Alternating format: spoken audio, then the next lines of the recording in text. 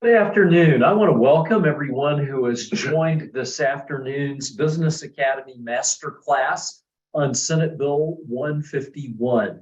I am pleased to be joined here at the West Virginia Chamber of Commerce by Kaylin George and Brian Dayton.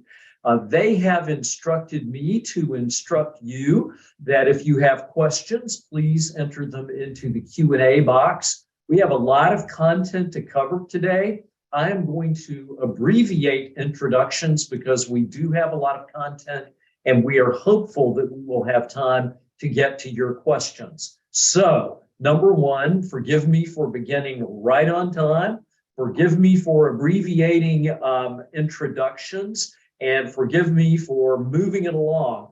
Let me just say also a word of appreciation to our West Virginia legislature for passing Senate Bill 151. This is one of the several pieces of very helpful legislation that we believe passed in the recently completed session of the West Virginia legislature.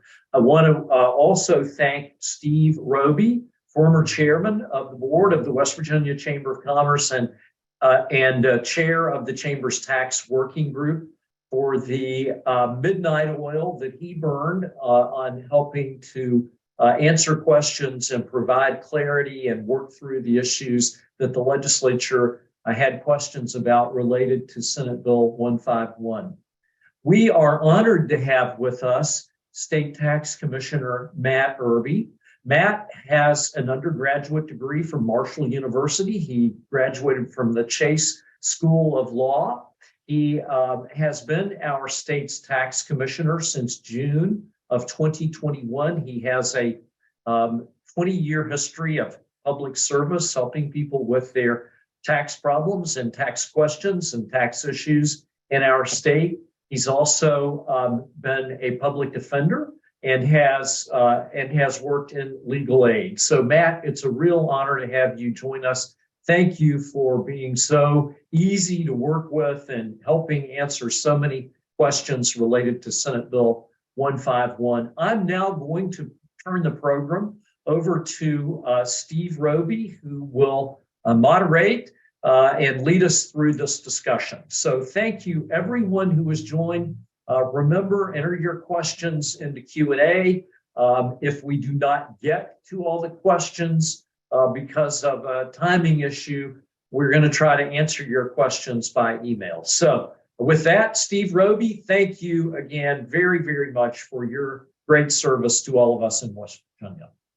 Well, thank you for having me. And Matt, Commissioner, thank you very much for joining us. So let's start off with sort of what the agenda is going to look like. The intent is I've got some prepared questions, having worked with the commissioner over the last few weeks.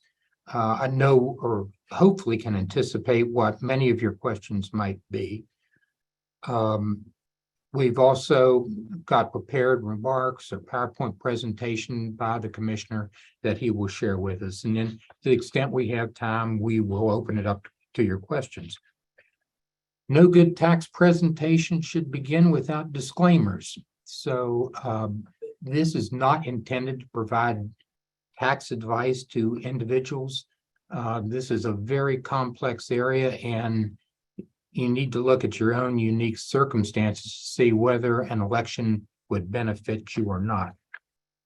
The other thing that the commissioner has asked me to pass along is he will be offering various comments. Please accept them as the way the state tax department is currently thinking.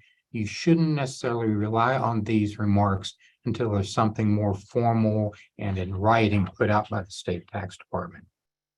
So let's delve into this a little bit. I thought we could start out a little bit talking about the history of Senate Bill 151. How did we get to this point?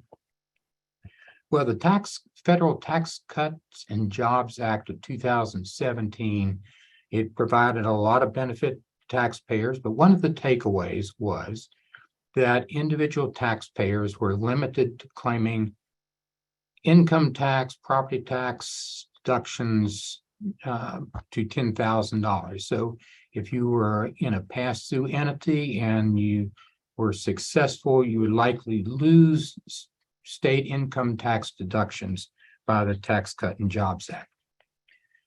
It became rather political. High tax states, often which were blue states, were hit very hard by this.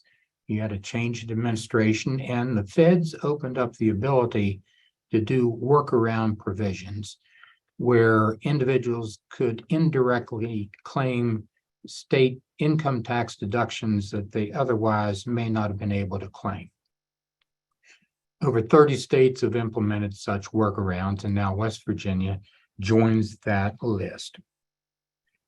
Now, all these states, the end result on the federal level pretty much is the same. The ability to claim the state income tax deductions on the pass-through entity's return as opposed to the individual's return.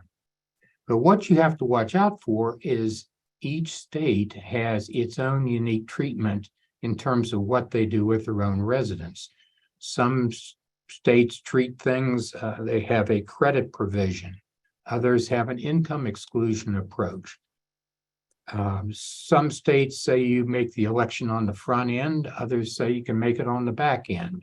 Some say that once you make the election, you're stuck with that election forever.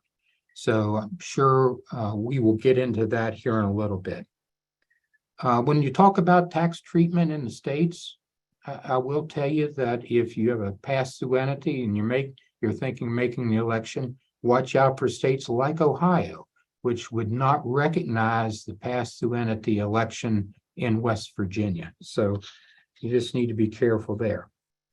So I know a lot of practitioners have been wringing their hands. Gee, this is awful short notice. How did we get to where we are? I need guidance. Well, let me talk a little bit about the history of that. Both the House and the Senate had bills very early on introduced to have a SALT workaround. The House and the Senate version were, if not identical, very, very similar. The administration had its own approach. The legislature took a credit approach. The administration initially took a credit or an income exclusion approach. State Tax Department, the commissioner and others met with representatives from the state chamber, from West Virginia Society CPAs, Bob Tweel at Jackson Kelly was involved, and others. And we carved out a bill that we could move forward, and it took the legislative approach of being a credit. And I can't thank the commissioner and his staff for the way they work collaboratively with us. So the bill passed the Senate very quickly, but it went over to the House and ultimately came out of the legislature the day before the end of the session. It was ultimately signed by the governor on March 28th. So time was moving along. While this bill is retroactive back to 22, it is technically effective 90 days after passage, which makes it June 8th. So you're going to hear the commissioner talk about June 8th. Again, it is retroactive, but it's not effective. It's not actually in the statute where it works until June 8th. The chamber and other associations have put out a number of e-blasts trying to provide some indication of where this legislation is intended to go.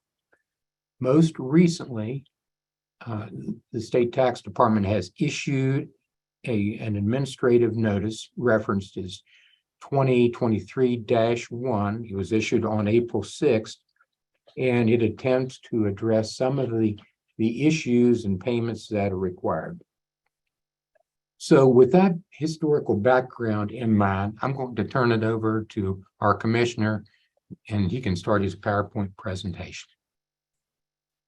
Thank you very much, Steve, for that introduction. And so give me 1 second to open up my PowerPoint. Hopefully it is displayed. Can we see it on the screen? All right, great. So if I could get it to move.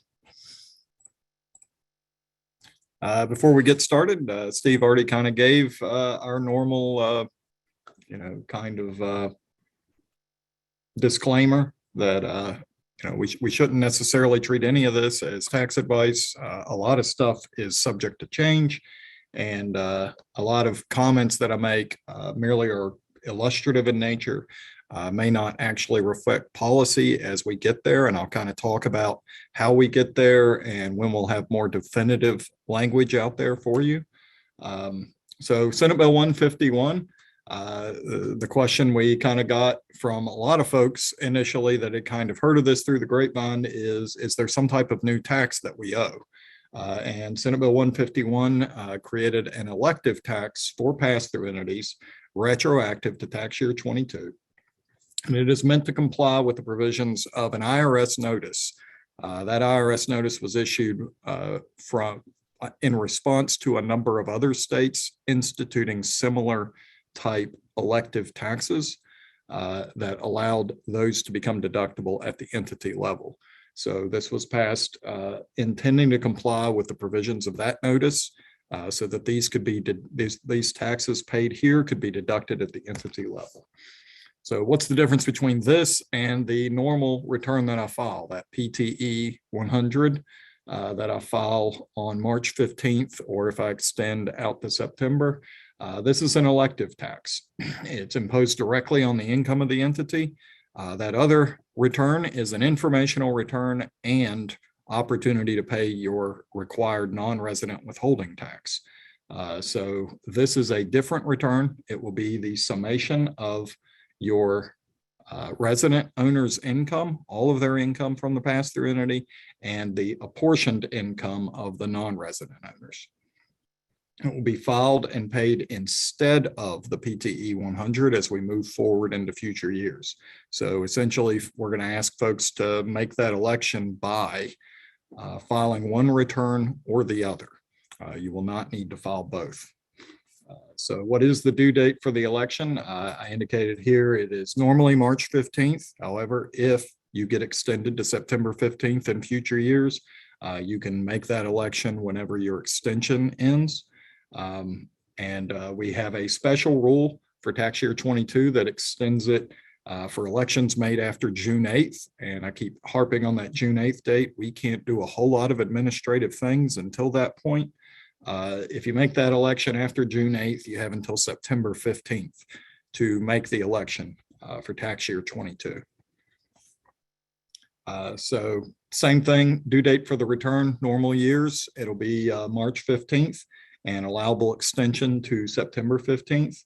Again, special rule applies for tax year 22 that automatically extends that to September 15th. When's payment due? An extension of time was granted until April 18th. It's now April 27th, but we did grant an extension of time until April 18th. And this is where we get into that really difficult thing of bill's not effective until June 8th, but it was retroactive to January 1 of 22. And we felt we needed to get something out from all the questions that we received. So we went ahead and issued an administrative notice that kind of set, here's what's going to happen on June 8th. And so once June 8th hit, all of a sudden, everybody who elected was going to be subject to all the rules in the personal income tax. And that would have included requirements to make estimated payments, requirement that payment be made all the way, all your payments to be made by March 15th. So we wanted to go ahead and get out in front of that and say that once June 8th hits, we're going to apply slightly different rules. And the rule that we decided to go with was the due date for the personal income tax, as many pass-through entity owners already had that obligation by April 18th. One of the other items that's of particular importance is that a lot of pass-through entities that might want to elect this, they have already made non-resident withholding payments. What we're going to allow, so long as they get agreement from the partners to which those withholding payments apply, is them to transfer those withholding payments from your non-resident withholding obligation over to this particular tax if you make that election. So we're not going to require you to provide anything to us except check the box on the return that says, I've gotten an agreement from the partners or shareholders from which these withholding of payments apply, that we can apply these as pass-through entity elective tax. So when is payment due for tax year 22? Again, April 18th, 2023, with a conditional extension to September 15th, 2023.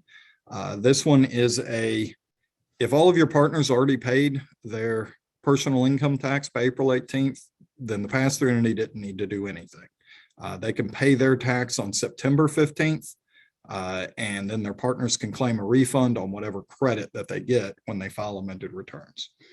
So this conditional extension requires that the pass-through entity owners paid all of their personal income tax without regard to that tax credit by April 18th.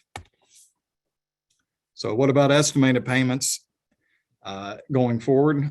We weren't requiring them for 2022 because all of those estimated dates had passed by the time this bill passed, and they definitely will have passed by the time the bill is effective. For tax year 23, we are extending those first two for those calendar year taxpayers. We're extending those first two payments to September 15th. We think that will allow us to be able to get a payment option available to everyone for this particular tax so that we're no longer worrying in next tax year about which payments to transfer from one tax to another. And then that final quarter will be due on December 15th. And for tax year 24 and beyond, for those calendar year taxpayers, it's those normal dates that you're used to: April 15th, June 15th, September 15th, and December 15th. Forms. So forms to make the election. We're going to have a special form for tax year 22 to make the election. That way we can start to do some of the administrative work on our end as we're building out this going forward. We think that you'll make the election directly on the income tax return in future years, but we want to get an election form out to taxpayers right around the middle of June. And then folks can let us know as they will. Yes, I'm making the election and I have made payments that I would like transferred to this new tax type. And so once we receive those, we'll be able to go ahead and transfer those payments over and have a little bit of the work done on the front end to matching up payments with returns. We anticipate that the remaining forms for tax year 22 will be available sometime late summer, is what we're going with. I'm hoping by the beginning of August. That'll give everybody about 6 weeks or so to become familiar with the return, to figure out what type of obligations and information that they need to come up with to file that. And we are still currently working with, we have some vendors in the electronic filing community that want us to update that. And we're talking about whether or not that's a feasible thing right now, or whether or not all of it's going to happen through our My Taxes portal. Any other questions? These are kind of the frequently asked questions that we kind of got on the front end. We're also compiling, and I know through this we'll get through a number of other questions, but we actually have an email box that is set up.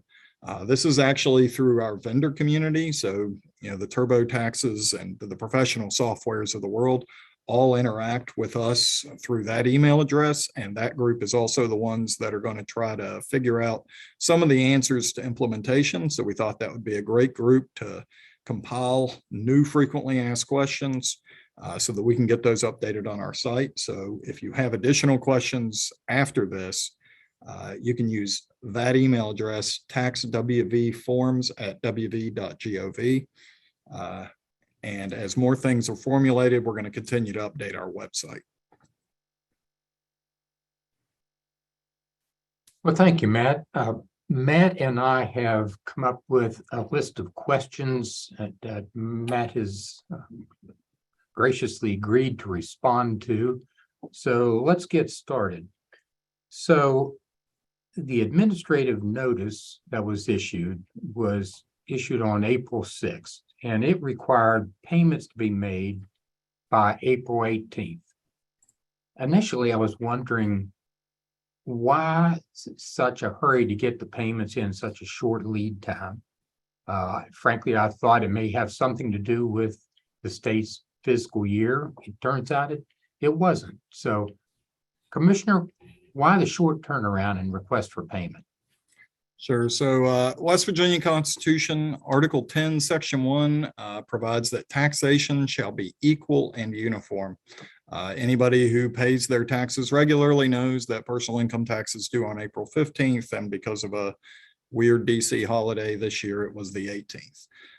We didn't think an extension of time to pay beyond that date that would essentially permit a select group of personal income taxpayers to pay very late, about 5 months after that, met those obligations of maintaining an equal and uniform tax system, knowing that 99.5% or more of taxpayers are going to be required to pay that by April 18th.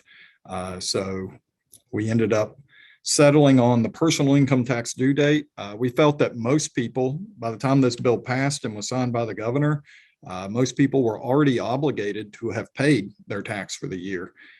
So we didn't think that there was a tremendous amount of harm that could be had out there. But in talking to the practitioner community, we realized that the folks that were probably most harmed by that were the people who were very diligent about the payment of their taxes. And so they ended up paying their taxes probably at the individual level and at the entity level.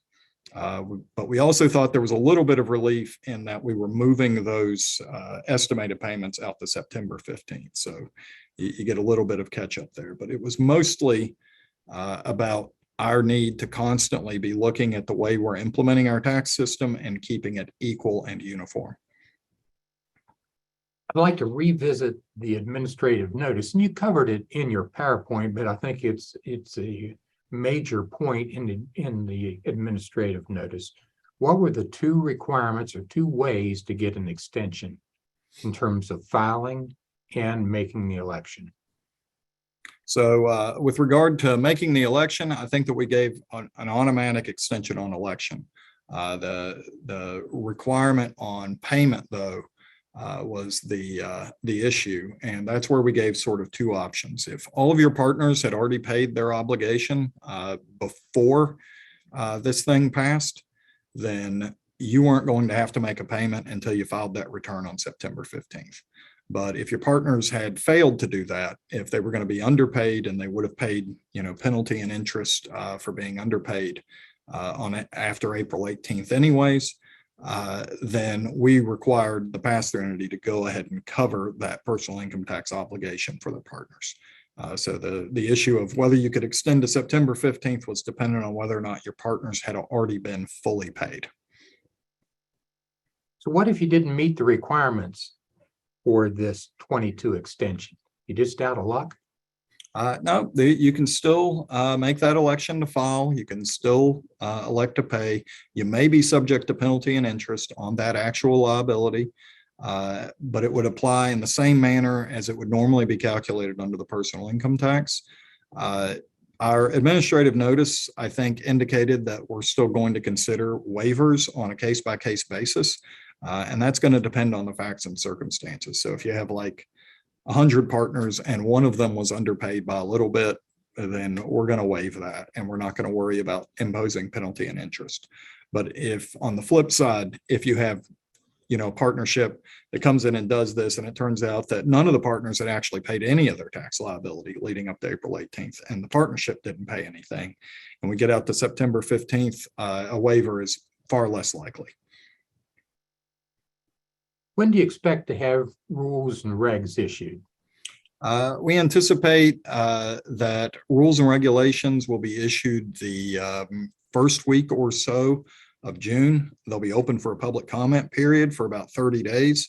And then we'll file that final rule for legislative approval around the end of July. Well, let's get down to some number crunching. How's the tax actually calculated? I know when I read 151, there were various of us that came to different conclusions. It apparently is not based on West Virginia apportioned income. How's it calculated? So for residents, it is all of their income from the pass-through entity. And for non-residents, it is their apportioned income from the pass-through entity. So essentially, it is a calculation of the taxable income of all of the resident partner pass-through income and all of the apportioned non-resident partner pass-through income. And we've been talking internally about how that looks on a return from a simplified manner for a while, and we're still not 100% clear on that. But it sounds confusing because it is confusing. But the one thing that I want to reiterate on that is that, all resident income is subject to West Virginia income tax, and you may be eligible for a income tax credit for tax paid to other states on that same income. We're going to allow that at the pass-through entity level to the extent that can be identifiable.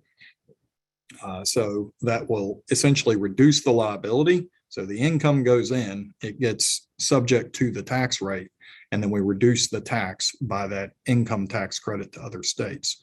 But the non-resident income is going to be apportioned. So it's only really that portion that is attributable to West Virginia sources. We're now in single sales factor for 2022. So it's going to be about where your partnership or LLC or S corporation is making their sales to determine how we apportion that income. So let's put that to maybe a more factual situation to illustrate your point about required payments on residents. So you have let's say a service firm based in West Virginia that, because of nexus rules and apportionment, the majority of that income is actually earned outside of West Virginia. So we'll say that maybe 70% of the income is outside of West Virginia, 30% inside West Virginia. The owners of this pass-through business are West Virginia residents. Walk me through what their likely payment would be. You talked in terms of the pass-through entity potentially claiming credits. Walk me through that a little bit. Sure. If all of the owners are residents, did you say how much income there was? Well, let's say there's $1 million worth of federal taxable income. Okay, then we're going to pay the tax. We're going to at least calculate the tax liability if all of the owners are residents based on that $1 million, even though a large portion of that may have been earned outside the state. So that's going to get you to a $65,000 or so tax liability. However, if that income was earned in a state that also has an income tax, then the income taxes paid in that state will be eligible to be taken as a credit against that $65,000 liability. So let's say that you paid $60,000 in income tax in Ohio on that same income.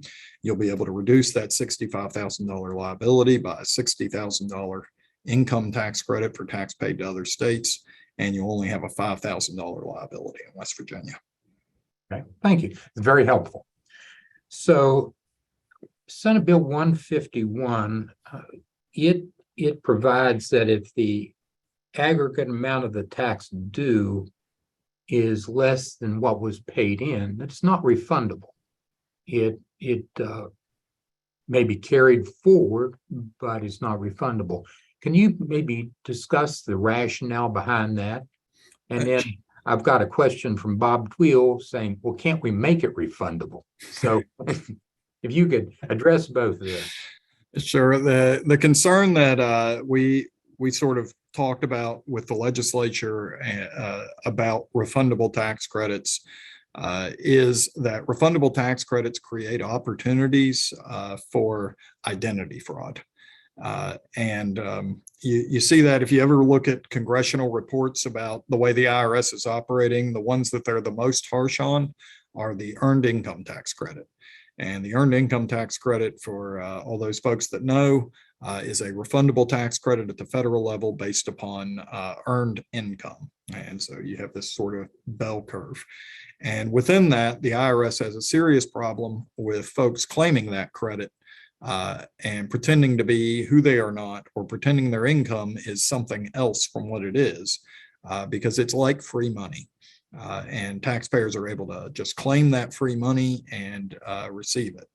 So in this context, we were slightly concerned about the ability of a taxpayer to come in and claim that they had one of these tax credits for a pass-through entity, and that they would be able to set up a series of pass-through entities, make it very difficult for us to track payments associated with those, and then have a taxpayer claiming a refundable tax credit under this provision, and that they would be able to get refunded that money, and we would have to put in a tremendous amount of effort on every single one of these returns to ensure that all of the taxes were paid somewhere down the line. When it's not a refundable credit, the only thing a taxpayer can get back are the dollars that they actually paid us. And so there's much less risk for money going out of the state from a fraudster. Okay, thank you. Now, as most tax practitioners will know, when you receive a K-1 from like a partnership, there's the ordinary income that's reflected on it, but there's also a number of things that ultimately are separately stated that fall to the individual's personal return. And an example may be your 401k contribution, a KEO contribution, health insurance, half of self-employment taxes. So has the state looked at that, and what are the thoughts about how PTE tax is computed on those items, if at all? Sure. So we're initially looking at rules associated with those sort of separately stated items on the K-1, particularly maybe one that would look at a determination of what was allowable by the pass-through entity based on its application to the business of the entity itself.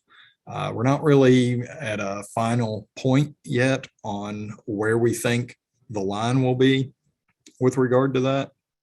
And maybe we end up broader or more narrow than that. But that's our initial thinking right now is it attributable to the business of the taxpayer that's filing a return with us? Okay. We're in an oil and gas state. What about depletion? So, our initial thoughts are under this type of rule, depletion would probably be allowable if that is the business of the entity that's filing the return. If, holding oil and gas assets is a part of the business of that taxpayer, that would be the type of deduction we would allow. Normally, larger businesses are required to make their payments electronically. How can payments, at least in this initial year, be made to the state? So we have, I think, out on our website, we have some sort of what I'll call coupons that you could use for non-resident withholding tax. So you could either send us a payment with that. You could get out on our My Taxes site. I think a lot of folks that are the larger taxpayers that are used to making electronic payments are probably very used to our My Taxes site. You can get on our My Taxes site and make one of those non-resident withholding payments. I think it might just say pass-through entity on it. So you can make any of those sort of payments, any sort of payment method that directs you to our pass-through entity tax that we currently have, which is related to non-resident withholding, will work for now. And then as we develop this out late summer or so, a payment option will be available specifically for this pass-through entity election. Let's talk, as I indicated in my earlier remarks, each state is different in terms of elections. Is this a one-time election or is it made annually? This one is an annual election. The taxpayer can make that election annually. We think in the initial year, we're going to ask for folks to fill out an election form so that we can get started a little bit early. But in future years, we think that election will be made with filing the return. So right now, you normally are used to filing a PTE 100. We'll have something that right now, I think internally has been draft named the EPT 100. We're a little worried that might be confusing, but the choice between those two forms will be the election itself, and there'll be a little checkbox on that that new form that will allow you to make that election. Now, due to the timing of passage of 151, there were a lot of people that have already filed partnership returns or individual returns that looking at it today may have wished, gee, I wish I had made the election. What's the state going to do in terms of possible amended returns? So we will allow folks to amend their returns. We're not really sure what that pass-through entity amendment looks like yet. It may just be a form withdrawing my pass-through entity return and then filing instead this new return.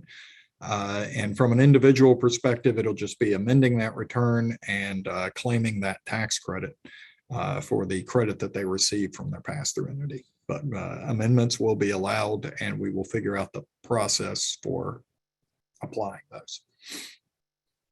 Now, the administrative notice talks about how all partners must consent to the election. I will admit, I can't even get my own wife to agree with me half the time, let alone 100 partners. So procedurally, how do you see that working in terms of consent by all partners versus the partnership representative? So talking about it internally after the issuance of that, what we were really aiming at was ensuring that partnerships that want to apply that non-resident withholding payment that was already made to their pass-through entity, their new pass-through entity return, that they would need to get the consent of those partners to which those payments are associated. And that was really the impetus behind that. It's going to depend on your partnership or S Corp or whatever. It's going to depend on the way that is constructed.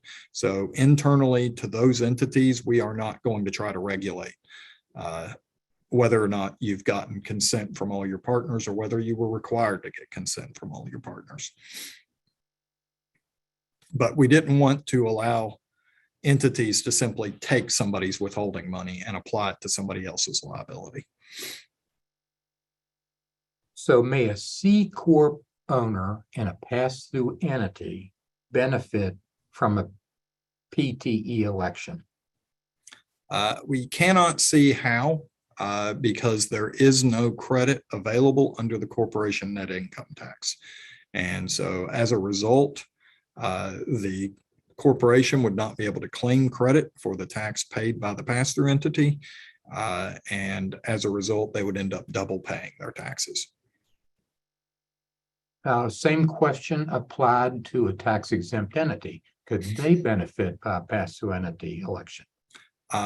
I think kind of along the same lines, because a tax exempt entity is not going to be subject to income tax. And since this is not a refundable credit, a tax exempt entity is going to have a tough time justifying paying tax where it otherwise would not have paid tax. Are tiered partnerships open to PTE elections? May they benefit? Yes, tiered partnerships are permitted to make those elections. Disregarded entities are not permitted to make that election. They were kind of definitioned out of available entities, but if a disregarded entity is in the sort of tier, then it'll be that eventual taxpayer. They can make that election.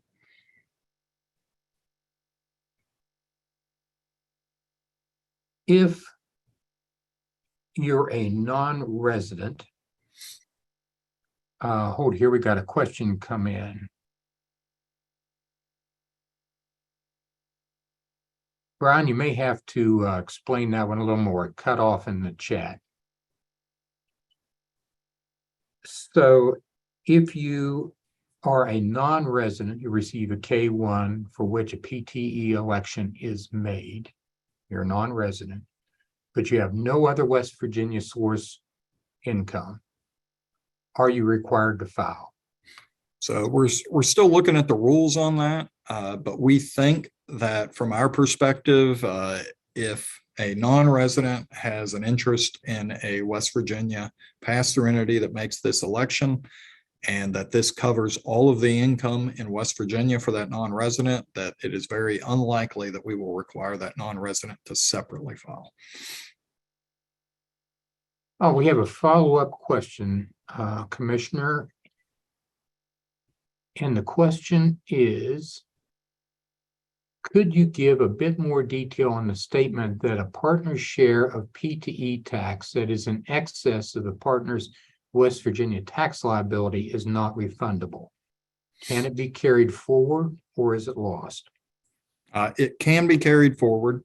So the issue here is there's a couple of ways in which their share of the pass-through entity tax might exceed their actual tax liability. One is that they have perhaps losses from other entities that lowers their obligation, lowers their income in West Virginia. It could be that we tax this at 6.5% of the total, and our tiered rate structure for individuals may result in an overpayment that way. And there may also be some deductions that you're allowed at the individual level that the partnership was not eligible to take on your behalf. So you've overpaid a little bit through that pass-through entity. Let's say your liability is $50,000 and you got $55,000 in credit. You're going to have an additional $5,000 in credit that you can carry forward into future tax years and take in those future years. We also had a follow-up question. We were talking a few minutes ago about tiered partnerships. How will elections work for tiered entities? Those are going to be an entity by entity election. So that's going to be very dependent on the way that your structure decides to deal with that. There are all kinds of different tiered arrangements where you have individuals floating around all over the place within the tiers. And so you may end up having a tiered partnership that does it because of the individual that's a part of that tier, but then none of the lower areas want to do that.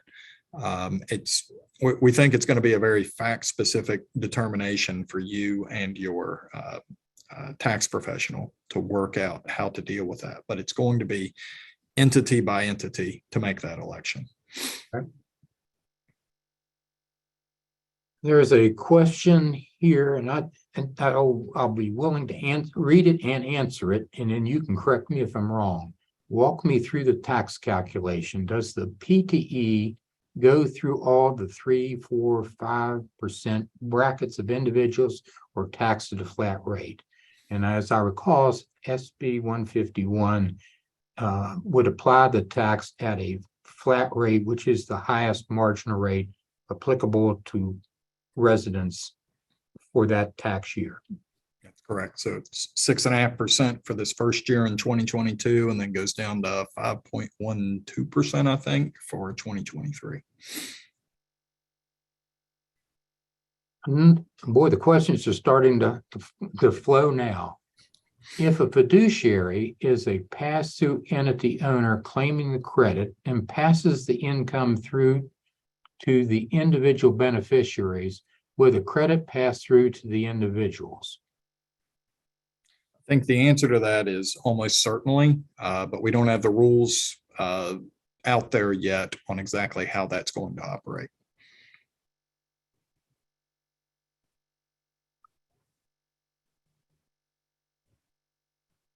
Another individual wrote, I thought you were saying the PTE tax was non-refundable at the entity level.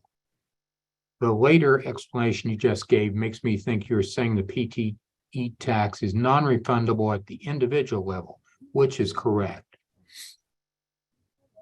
Yep, but so the PTE tax is non-refundable. The tax credit is the portion that is non-refundable. So a refundable tax credit is one in which you are able to take a credit that is in excess of your tax liability. So you pay the tax at the entity level, you get a credit at the individual level for the portion of tax that was paid on your behalf. You're able to take that against your personal tax liability, up to the total of your tax liability, and any excess remainder will have to carry forward rather than be refunded. But if the entity paid, let's say for 23, were to make estimated payments in excess of their ultimate liability, PTE liability, it would be refunded at that point. Yes, that's just from that perspective, that is an overpayment of tax, and overpayments of tax can be refunded. Will there be underpayment penalties if 23 taxes are not paid until the end of the year? That is going to be dependent on the specific situation. The normal estimated penalties will apply to that, just like they do for any other tax, with some adjustment to the calculation for the fact that the first estimated payment was not due until September 15th.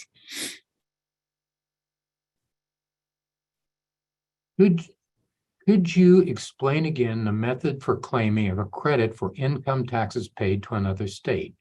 Earlier example of $1 million net income, 70% in Virginia. The PTE to West Virginia is $65,000. Is the credit for income taxes paid to Virginia claimed by the PTE or the shareholders' members?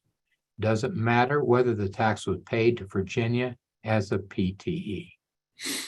So from our perspective, we are probably going to allow a pass-through entity to claim the credit for taxes paid to other states, whether or not that tax was paid by the entity or by the individual, to be claimed by the entity making the election, so long as we can connect the income to the pass-through entity. So we may end up needing additional documentation from the taxpayer to identify that the income tax credit being claimed in Virginia is attributable to the same income of the pass-through entity that the pass-through entity is attempting to claim. I think that question also sort of brings to mind something about 151 that frankly is very favorable in West Virginia. And that is West Virginia is pretty accepting in terms of other states' PTE elections.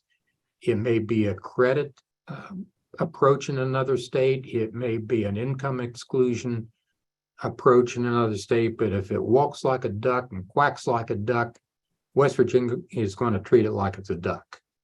Yep, exactly. For the tiered partnership, does the credit flow through to the owners of the owning partnership? I think the answer would be yes, wouldn't it? I believe that the answer to that is yes. You don't need every entity in the tier necessarily to make the election for it to flow through. I think we have exhausted. No, they keep coming in. Could you go over how separately stated items on the K1 are factored into the tax calculation? And I think your answer was that's still somewhat up in the air. Yep. As it stands right now, that is up in the air. We're going to look to see other states that have a non-refundable tax credit to see how they are treating those particular items first. And then we're also kind of working with a sort of general rule that tends to aim at what is the activity of the business and does the deduction relate to the activity of the business. That's really our initial throw at what we think a fair and appropriate rule is. But it may be that as we look at the way other states have dealt with this, that we may end up backing off of that. Okay. If a partnership paid West Virginia through estimates on 4/18/23 for 22 income, so you made a payment in 23 for 22 income, will this deduction on the entity level be on the 22 income or the 23 income, I guess, tax return since it was paid in 23? Let me take a shot at that. And Commissioner, if you'd correct me if I'm wrong. I think this really relates more on the federal side in terms of what's a federal treatment for this. The first thing you're going to have to do is determine whether you're a cash basis pass-through entity or an accrual basis entity. If it is an accrual basis entity, you may be able to claim that federal deduction on the 2022 pass-through entity return and get the benefit. Now, this is where I'm not offering tax advice because you have concerns like, was the liability fixed and determinable? You have economic performance issues, that nature. So practitioners are going to view this differently, whether an accrual basis taxpayer can claim that federal deduction in 22 versus 23. I think the answer in terms of a cash basis pass-through entity is going to be, it will be a deduction on the 23 return, not 22 because you're cash basis. So Commissioner, do you see that any differently than the way I've stated it? No, that is our impression as well. I actually know that the state of Colorado has a lot of those questions out as a requesting some type of technical assistance advisory or something from the IRS. Colorado went even further retroactive than us, all the way to 2018, but they have not actually issued any of their forms with regard to doing that yet. Kind of awaiting the IRS's answer to how many of those items ought to be treated and whether the IRS is going to allow the payment of several years of taxes to be claimed in one tax year. So we continue to get questions. I got one more prepared question I'd like to ask before we go back to those coming in, and that is, let's illustrate an example of you've got a profitable pass-through entity, we'll say a partnership in 22.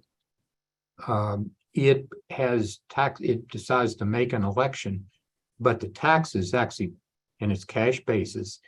The tax is paid to West Virginia in 23, but you had an ownership change at the end of 22 or early 23. How's the state going to handle allocation of those PTE credits? We aren't really there yet on how we're handling ownership changes. And some of our initial conversations have been, we think that it may depend on the agreement in the entity itself as to how those distribute out. So that one remains to be answered, I think, as to where we land on that. We'll go back to our questions that are coming in. If a sub-S pays salaries, which lowers its net income, the only income subject to PTE would be the net after salary deductions, correct? I think the answer is yes. As opposed to a partnership where all the income will be subject to PTE. Seems a little unfair. Was that the intent? There was no intent there. There was no consideration for the differences between the way S corporations and partnerships are treated at the federal level.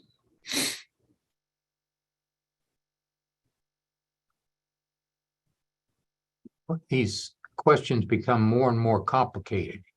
If a lower tiered partnership has two partners, one C Corp and one upper tier partnership partner, which is owned by individuals, can the lower tier partnership forego making the election due to the C Corp partner, but still allow the upper tier partnership owner still make the election? And I think the answer is likely yes. What do you think, Commissioner? Yeah, I think that the election is, like I said, entity specific. And so if you get further down the chain where the C Corp is no longer there, it may be advantageous to do that. Actually, I had a similar question raised like this yesterday the one caveat to this, where you have a C corp and you have another entity that's not a C corp, make sure the non-C corp is other than a disregarded entity. So to be able to take advantage of the PTE election, you can't be a disregarded entity. I think we have addressed all our questions. We currently have none in the queue right now. Well, we've got just a few minutes left. We'll wait for a few more questions, but before we close out, I would like to thank the commissioner for his work on this and the state tax department. I've been at this a long time. I have dealt with a number of states. I have always felt West Virginia is really a special state. You call the state tax department and people will actually try to help you. The whole process behind Senate Bill 151 has been extremely collaborative. And that's a tribute to the commissioner and his staff, and I just can't say enough. So Steve, I spoke too soon. The second I said that, 3 more questions popped in. So I've sent them to you, and we just got a 4th. I'll send that to you here as well. So I know we're coming up here. So feel free, if you have to wrap, we can discuss how we can continue to get them answered. Can we specifically allocate income to avoid a C corp partner? That would appear to be more of a federal question than a state question. I think the state's going to want it allocated the same fashion as it was for federal. Would you agree with that? Yes.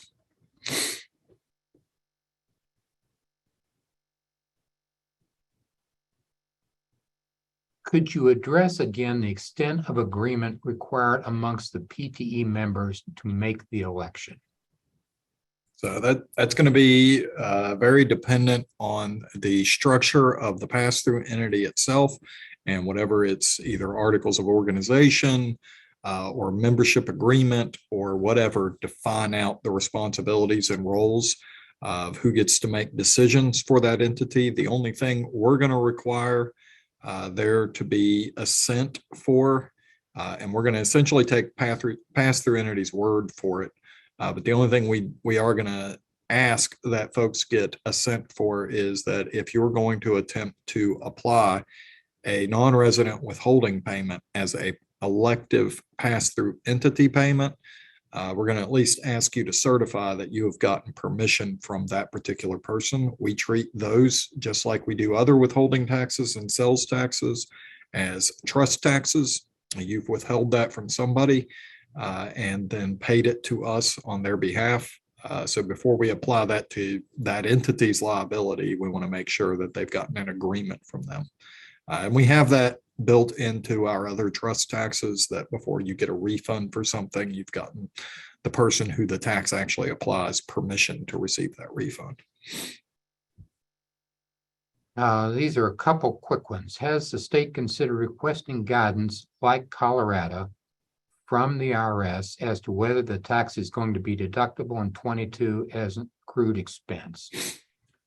We were going to wait until Colorado received an answer and hope that they would share that with us. We've had ongoing conversations with Colorado and know that they're awaiting that, and they know that we're also interested in that answer. And if we feel like the answer they get, they either cannot share with us, then we will probably approach the IRS. That's not something that we've ever done very often. And I've also got, on an unrelated bill, a pending letter that I'm probably going to send to the IRS associated with those tax credits in the income tax reduction bill. So we may end up writing the IRS a lot over the next year. All right, one last one. We may go a minute or two over. This question talks about modifications on the West Virginia return. So let's go back to our $1 million taxable income, $65,000 in PTE payments. Is there a modification ultimately like on a Schedule M on the West Virginia return? Yeah, we anticipate that modifications to income tax credits that the entity might normally claim or make accounting of on their pass-through entity return, that those would be able to be claimed there at the entity level. We still have one or two more questions, but I tell you, we are out of time and holding to our strict, or granted for 1 hour. I will conclude here. We'll try to address other questions. Brian hopefully has indications on some of who's sending these, and we'll try to respond. Brian, concluding remarks? Well, Commissioner Steve, I just want to thank both of you so much for being with us today. This was a very informative presentation, and I think we can just tell by the amount of questions that came in, there is certainly a high level of interest in this topic.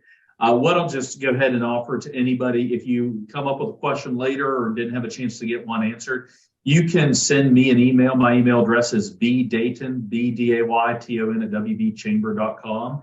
And I'll make sure that I go ahead and send that to both Commissioner and Steve to get an answer. And Steve, did you get all that? Because it looked like you guys froze. So I just want to make sure that all came through. I got it. Yes. Okay, perfect. So again, thank you both very much. Thank you all. Thank you all. Afternoon. Yep. All right, everyone have a great afternoon.